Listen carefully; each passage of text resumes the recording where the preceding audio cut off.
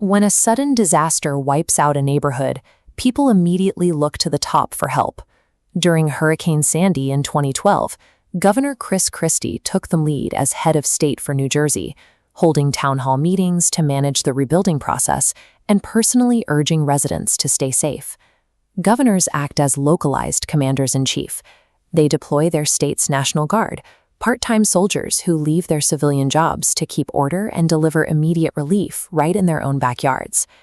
We tend to imagine executive power in America as a neat, rigid pyramid, with the president sitting alone at the absolute top, dictating every move. Treating the White House as the sole center of gravity creates a massive blind spot.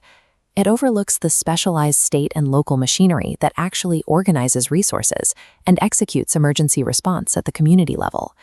This localized structure was born out of deep suspicion.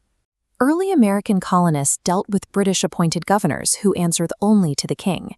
After independence, states were so wary of executive overreach that they intentionally designed their own governors to be weak, with very short terms and minimal authority. That dynamic proved impossible to maintain. Over the last century, as small towns rapidly expanded into sprawling, modern industrial economies, states realized that managing them required a strong, centralized hand. Today, local governance operates on a tightrope. States have to grant their executives enough power to actually manage billions of dollars and millions of people without creating 50 localized dictatorships. In many ways, a modern governor acts exactly like a localized president. They host foreign visitors as the head of state, manage massive agencies as the chief executive, and command the state military forces. This graphic highlights a major difference, though. Most states operate what's called a divided executive branch. Instead of all power flowing downward from one leader, the authority is fractured among multiple independent offices.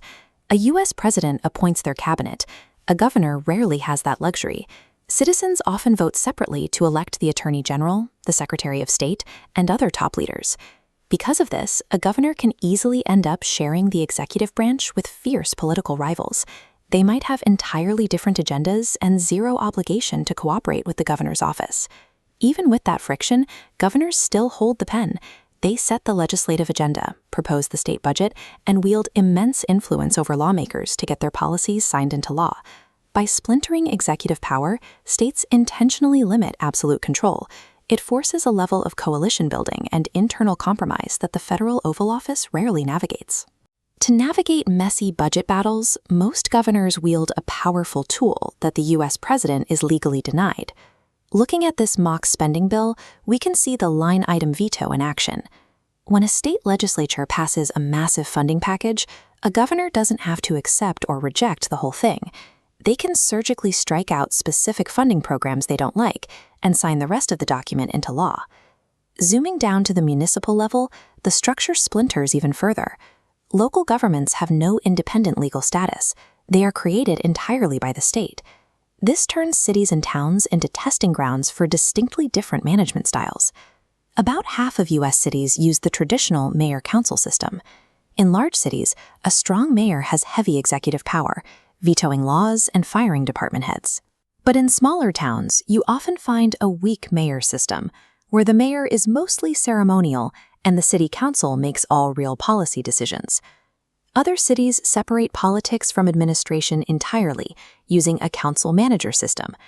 Here, the elected council acts like a corporate board of directors, and they hire a highly trained, unelected professional city manager to run the day-to-day operations. Whether your hometown relies on a fiery elected politician or a quiet hired administrator dictates exactly how efficiently your trash is collected, your roads are paved, and your local laws are enforced. Yet no matter how much power a governor or a city manager holds, they are tethered to the broader system of federalism. The national government keeps state behavior in check using its massive financial resources. Washington uses competitive grants to steer local policy. If a state wants billions of federal dollars to administer Medicaid, a health insurance program for low-income Americans, or build schools, they have to comply with strict national standards to secure the funding. To push back, governors often team up. Through groups like the National Governors Association, they pool their influence, lobbying Washington as a unified front to ensure federal policies don't damage their state interests in Washington. Executive power in the United States is far more complex than one person sitting behind the resolute desk. It is a massive, fragmented ecosystem, stretching from the governor's mansion down to the hired city manager and the local county commissioner. National elections will always dominate the headlines, but the policies that determine the quality of your public schools, your safety during a disaster, and the economic survival of your community are executed almost entirely by the local machinery running right in your hometown.